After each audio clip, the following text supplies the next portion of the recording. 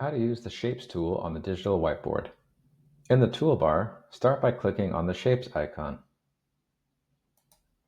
Select your desired shape, and then click or tap on the board to add it. Once you have a shape, you can select a fill color, a border color, shadows, and rounded corners.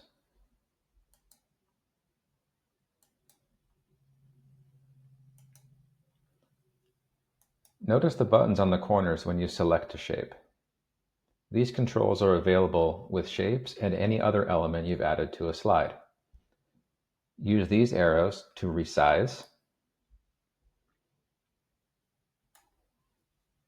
and the curved arrow to rotate.